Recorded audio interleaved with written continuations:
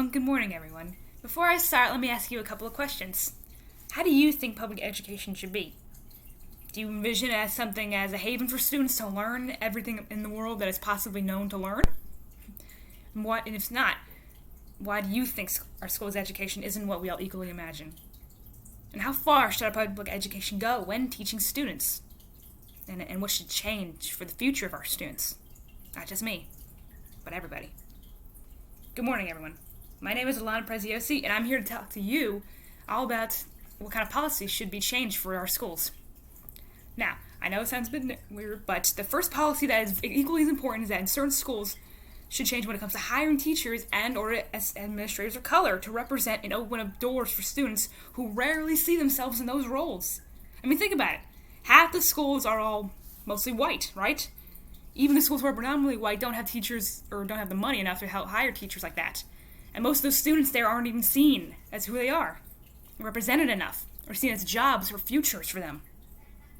And if we do that, if we hire teachers of different minorities in our public schools, it could help the future of students who see those potential jobs for them and can learn more with a teacher who is Black, Indigenous, Asian, Hispanic, whatever, and continue their education by getting their diploma and going to college with others and helping their communities. Another reason is that it would help benefit a new perspective from students who are predominantly white, and they can learn from a teacher who is of another background and learn from their point of view. Not to mention learning from other people's cultures instead of what some other teacher would tell you.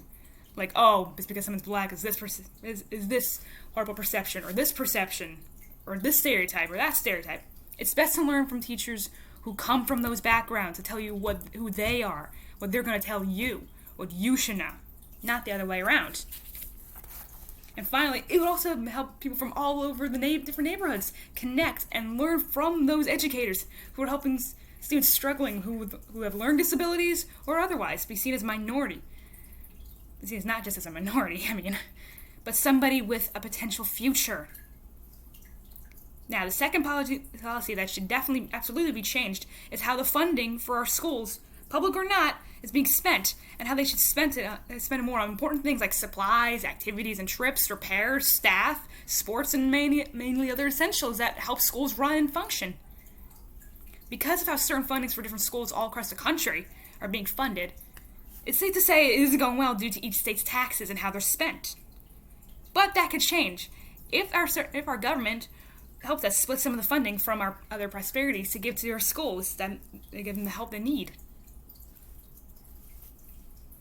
Another is that the budget cuts in certain schools can't simply afford to pay their faculty or have the right to supplies for students to use. But that could also change for the better if the state's local governors would simply work together to help with those budget cuts to pay for our schools' essentials.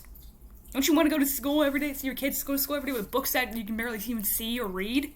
Or even have enough money to go on those trips to go to Congress or something, or in Washington, D.C. to learn about our government? Or even have enough food for our students to eat every day? Not to mention how our gyms are falling apart, how people don't have enough money for anything at all, for extracurricular activities, like for science or math, or any of those things. It is important and finally, it is the main wealth distribution between public and private schools. Due to the major differences with how much money that is dispersed within the schools changes every day, it would be easier if the schools had an equal amount of cash for all the districts that need it, so there aren't any classist problems. It also would be much more easier to discuss it with other people. Most of the students are going through difficult times, especially during the pandemic. And people think that schools are supposed to be a safe place for them to learn, to be safe, then have enough and to learn in every other subject. And if the money isn't being spent well, where's it going to go? It should be for more important things. We're teaching our students the futures of how they can help their community, not just in the importance of learning math and English. We should help. We should help change the world and the future. And finally, the major final policy changes that should have been done a long time ago in schools was the rules and dress codes for students.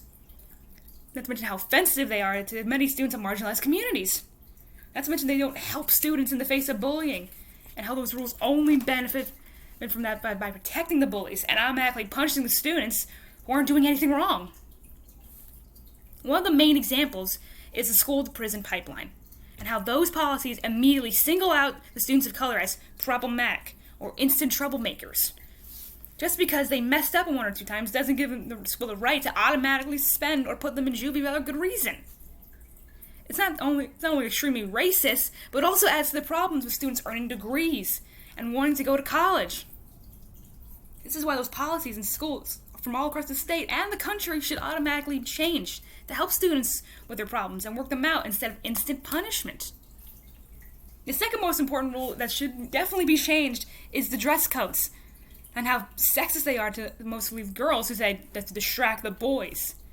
But really, it doesn't distract them at all. It just prevents them from something. It really isn't. And it's not distracting anybody. They're just students. They just want to live.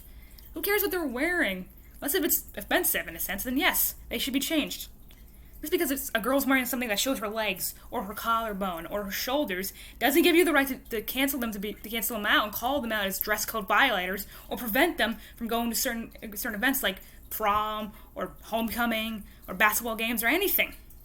Not to mention, it's also how those rules are enforced in both for the girls and the LGBTQ2IA plus community. But we know that most of these rules replace so girls don't dress provocatively and promote sexual harassment, but it's gotten out of hand. If you even show your shoulders or your knees, you automatically put in detention or are banned from attending those events. That should not happen at all.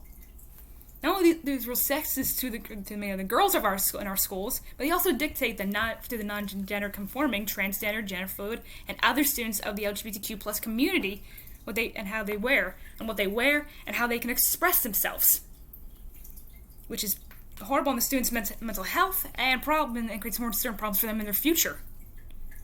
The final policies that are enabled in those schools that should automatically be changed are how the schools address bullying and harassment. Most of the schools that I've been in have very strict when it comes to bullying, but it's not all equal. In some cases, the school principals either blame the students for being bullied, ignore the threats and harassment, or sometimes they side with the bully based on their privilege and never meet any consequences at all. In order to stop this never-ending cycle and protect the students, the rules that were made should be adjusted to give the same amount of consequences for both bullying and harassment, just like for other students who break the rules. As a student myself who's continuing her education, both in the future and now, who enjoys learning and wants to think what's best for my future, we shall focus on what we as an audience want for our kids and their futures in schools and beyond. Ask yourself this as before you leave. Do you really want a future where your kids are safe, educated, and ready to change the future? And ready to change the world, I mean? Or do you want them to go through the same cycles of misrepresentation, fear, and unknown uses of the same old stories of education about life and what's outside in this world? Thank you.